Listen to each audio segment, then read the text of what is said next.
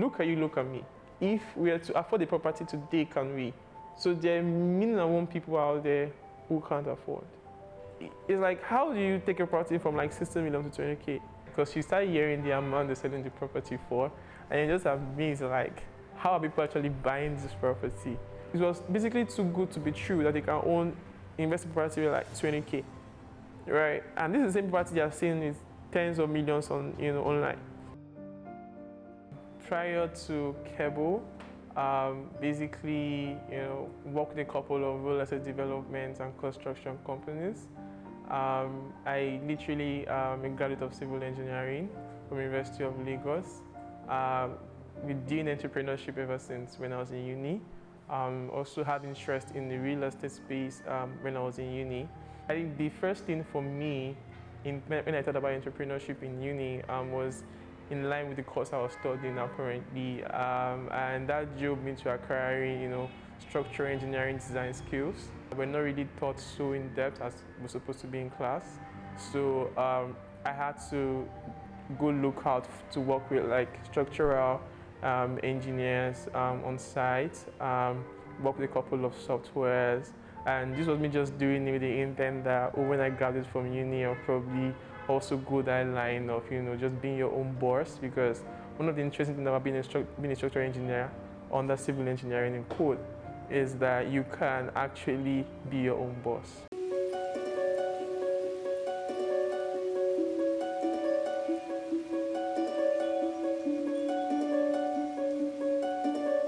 I would literally love to know what exactly is in this building, because you start hearing the amount they're selling the property for, and it just amazed like, how are people actually buying this property, right? I think for me that was when the transition happened from just thinking of being a structural engineer, right, to becoming a real estate entrepreneur. So I just like, okay, what, I want to know more about this industry, I want to know more about what is here, right? Then I told myself that if I'm literally going to know more about this industry, I can't know it from working at the front desk, right? I had to like enter the streets, I had to be in front of the market. In fact, the best way is to just be in the marketing space, right? In any real estate company, right? That way you get to understand what are the underlying problems the customers are having and how are real estate development companies meeting these underlying problems, right? I did that and worked with a couple of real estate development companies, did marketing, sales for them, and that drew my interest more to like, okay, if someone can actually buy this property for like 70 million, 60 million, right? It literally means that it's a particular target audience are looking out for, right? What about the likes of myself, the likes of people who are even younger, let's say within the age gap, or let's say 23, right? 24, so like let's say their mid-30s, right? What about people who can't actually really afford it? I think that's the word here. But then I was like, nah, there should be a way for people to own this property. I think that was the time the whole affordable housing thing was actually becoming a thing. So everywhere you go, affordable housing, you hear about, school for seminars, you hear people talking about affordable housing in the industry. But in real essence, even as much as most developers try, the situation of the country did not really encourage them to make it affordable. And that's another underlying problem, right? Because if government is not making it easy for developers to build affordable houses, how can the mass market actually own properties, right? Then I just like dropped the idea from my head. If people can own this property for less than what developer is giving them, so be it, right? So that was thought in my head at the time, right? And I just like had other ideas basically in the real estate space, like basically how to solve some problem. I think the first problem I and my co-founders set to solve, as I made my co-founders literally, was like, how can we just make this whole transaction thing, that people, it was traditional, right? Because being in the space, I've seen everything. So how can we move it from pen and paper to just like digital softwares, right? So that didn't work out at the time because it was too early. It was very early. The market was not ready for it. We moved on to another product that didn't work out. That too failed. Then, while we were actually carrying out these two products, right, we still had our eyes on something called fractional real estate. where people could actually own this property at lesser than what developers are selling to them.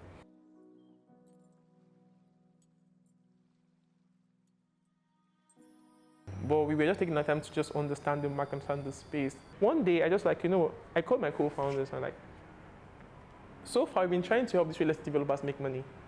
We're building solutions to make it easy for them to transact with their big customers, right? Look at you, look at me. If we are to afford the property today, can we? And this was as far back as 2019. And they were like, no, we can't afford. So there are minimum people out there who can't afford, right? So far we know that the HNIs and big corporates are the ones that literally just control more of the real estate market share. So how do we make the other, at least let's say the working class population, right?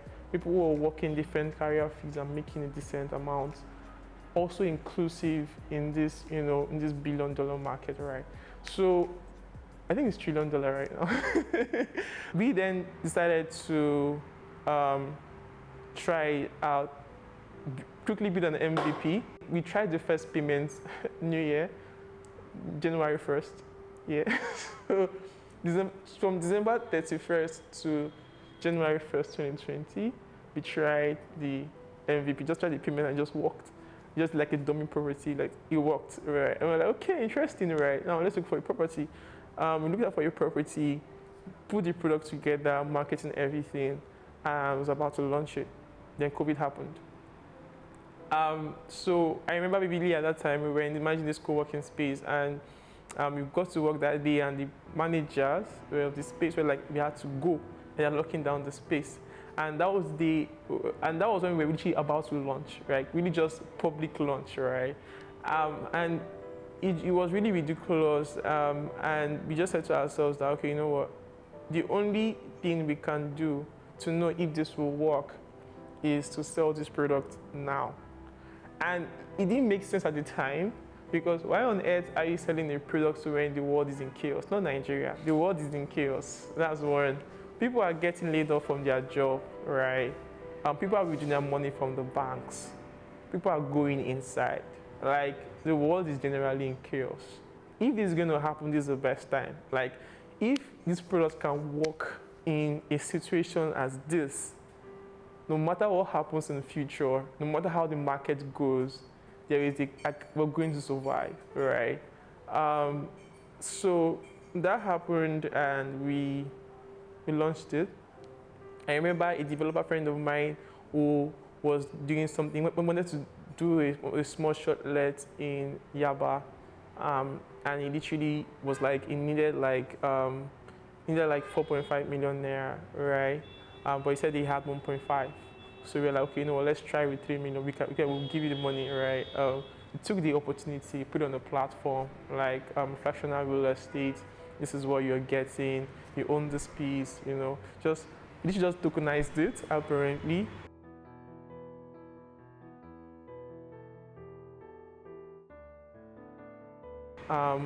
And broke into units, right? And people could come and and at the time I was selling like one tokens basically for 20K.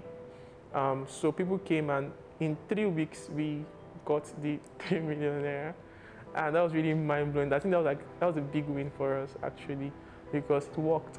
And it didn't stop there. We had a lot of people calling us that they actually really want to do this. Like, they want more of this product. They want more of this product. Where are the properties? Why are the properties closed? But like, we reached our target limit. I was like, they need more, they need more. We got a lot of interesting feedback that made us realize there's something here. And that alone just made us to just go full into it, and the rest, they say, is history. So at the time when we started, right, it looked like we were the only ones, right? So like, anybody could wake up in the morning and just like, they want to do fractional real estate. But we've learned that it's way beyond the industry, or like industry segmentation, right? Is way beyond saying you want to fractionalize property. So for us, I think the way, instead of putting it as PropTech / real estate, FinTech / finance, forget about those product segment, those industry segmentation, and just focus on how can this product serve the needs of your users, right? Can people actually use your product to meet their financial goals, their financial needs? One of the things I know I passionately say does is not only does it drive inclusiveness, right? It also drives shared prosperity.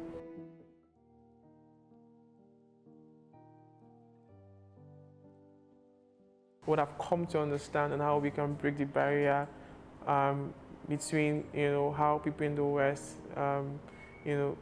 look at investing in real estate here is just education.